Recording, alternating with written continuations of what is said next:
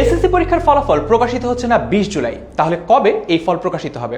কেন ফল প্রকাশে দেরি হচ্ছে এবং এই মুহূর্তে গার্জিয়ান বা স্টুডেন্ট সহ যারা টেনশনে আছে তাদের কি করণীয় সেটা নিয়ে কথা বলবো এই ভিডিওতে। প্রথমেই বলে নেই কবে এই রেজাল্টটি প্রকাশ হতে পারে। বোর্ড থেকে জানানো হয়েছে যে 28 জুলাইয়ের মধ্যে এই রেজাল্টটার কাজ শেষ হয়ে যাবে, তারপর দ্রুততম সময়ের মধ্যে প্রকাশ করা হবে রেজাল্ট। তাই আশা করা যাচ্ছে জুলাই মাসের মধ্যেই এসএসসি পরীক্ষার রেজাল্টটা পাবলিশড হবে। এখন তাহলে প্রশ্ন হচ্ছে কেন এই ডেটটা পেছানো হলো? যে এই ডেটটা ইনিশিয়ালি কমিউনিকেট করা হয়েছিল যে 20 জুলাই এসএসসি পরীক্ষার রেজাল্ট দেওয়া হবে।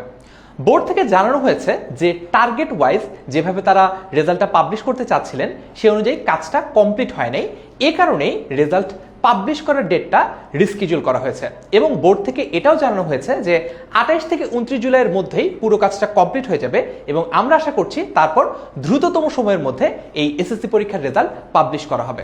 এসএসসি 2026 এর জন্য 18.5 লক্ষেরও বেশি শিক্ষার্থী রেজিস্ট্রেশন করেছিল, কিন্তু যেহেতু রেজাল্টটা পিছিয়ে গেছে তাই এই সময় কি করতে হবে এটা নিয়ে চিন্তিত হয়ে অসংখ্য গার্জিয়ান আমাদের 16910 নম্বরে কল দিয়ে এই মুহূর্তের করণীয় সম্পর্কে আমাদের পরামর্শ জানতে চেয়েছেন। এই কারণেই এই ভিডিওটা বানানো, যে ভিডিওতে আমি আপনাদেরকে একেবারে ক্লিয়ার করে বলবো এই সময় কি করতে হবে।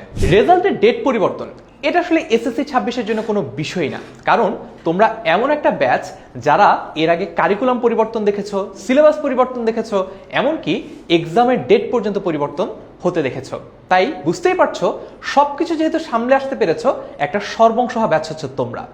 পাশাপাশি একটা কথা খুব ইম্পর্টেন্ট বলে নেই, এই যে 10 দিনের মতো এসএসসি পরীক্ষার রেজাল্টটা পেছানো হলো, এটাতে তোমাদের উপর কোনো নেগেটিভ ইম্প্যাক্ট পড়ার সম্ভাবনাই আমরা দেখি না, কারণ তোমাদের ভালোর জন্যই বোর্ড এই ব্যবস্থাটা নিয়েছে, যাতে তোমাদের রেজাল্টগুলো একেবারে পারফেক্ট হয়, কোথাও কোনো ভুল না থাকে, কোথাও কারো কোনো কারেকশনের জন্য আবেদনই করতে না হয়। বুঝতেই পারছো বোর্ড কিন্তু সবসময় সর্বোচ্চ চেষ্টা করে একেবারে অ্যাকিউরেটলি সবার মেধা যথাযথভাবে মূল্যায়নের জন্য। তাই একেবারে নো টেনশন, ডু ফুর্তি মোডে তোমরা এই 10টা দিন পার করতে পারো। এখন কথা বলবো দ্বিতীয় করণীয় নিয়ে।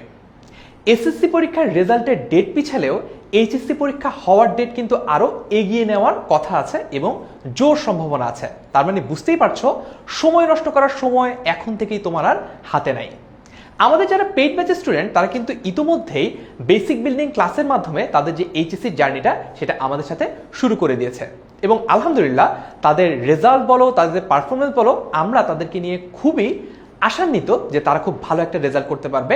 এমনকি এই যে তোমাদের সময়টা আগের চেয়ে তোমরা কম পাচ্ছ অন্যান্য ব্যাচগুলোর তুলনায়, সেটাও তারা খুব ভালোভাবে মানিয়ে নিতে পারবে। তোমরা যারা এইচএসসি পড়ালেখা এখনো শুরু করো নাই তাদের জন্য আমার সাজেশন হচ্ছে টেনশন করা বাদ দিয়ে পড়ালেখাটা শুরু করে দাও, টেনশন অটোমেটিক্যালি কমে যাবে। Third and final advice for this video, যেহেতু তোমাদেরকে আমি পরামর্শ দিলাম এইচএসসি পড়ালেখাটা স্টার্ট করে দিতে, তোমরা নিশ্চয়ই ভাবছো তাহলে বইগুলো কি এখনই কিনে ফেলবো কিনা। উত্তর হচ্ছে যে না। এর দুইটা কারণ আছে। তুমি এখনো জানো না যে তুমি কোন কলেজে ভর্তি হবে, তাই কলেজে ভর্তি হওয়া পর্যন্ত একটু ওয়েট করো বই কেনার আগে, কারণ প্রত্যেকটা কলেজ থেকে আলাদা আলাদা করে একটা করে বুক লিস্ট তোমাদেরকে প্রোভাইড করবে এবং ওই বুক লিস্টের থাকা বই থেকেই কলেজ পরবর্তী 2 বছর তোমার পরীক্ষা নেবে, তোমাকে পড়াবে। তাই বুঝতেই পারছো তুমি আগে থেকে কোনো বই যদি কিনে ফেলো সেটা ওই বুক লিস্টের সাথে যদি না মিলে তোমাকে আবারও বই কিনতে হবে। দ্বিতীয় কারণ হচ্ছে এখনো লাইব্রেরিগুলোতে নতুন বছরের নতুন ভার্সনের একেবারে আপডেটেড বইগুলো আসে নাই, তাই এখন যদি তুমি কোনো বই কিনো সেটা আসলে গত বছরের বই কিনতে হবে। তাই এই দুইটা বিষয় মাথায় রেখে বইপত্র এখনই পুরোপুরি কিনে না ফেলে যদি সিনিয়র কেউ থাকে, পরিচিত কেউ থাকে, কোথাও থেকে বই জোগাড় করা সম্ভব হয় সেটা করো, সেটাই তোমার জন্য সবচেয়ে ভালো হবে। ভিডিওটা এতক্ষণ দেখার জন্য ধন্যবাদ। একটা কথা বলে শেষ করতে চাই, অহেতুক টেনশন করা, ওভারথিঙ্ক করা কোনোভাবেই আমাদের রেজাল্টে কোনো ইম্প্যাক্ট ফেলবে না, বরঞ্চ এটা আমাদের ফিজিক্যাল বা মেন্টাল হেলথের উপর খারাপ একটা প্রভাব ফেলতে পারে। আমার খুব পছন্দের একটা কোটেশন আছে, সেটা হচ্ছে অলওয়েজ ফোকাস অন দ্য কন্ট্রোলেবলস, অর্থাৎ যে জিনিসগুলো আমাদের হাতে আছে আমরা সেই জিনিসগুলি পরিবর্তনের চেষ্টা করতে পারি, যে জিনিসগুলো আমাদের হাতে নাই সেটা নিয়ে অহেতুক চিন্তা করা, ওভারথিঙ্ক করা কোনো মানেই হয় না।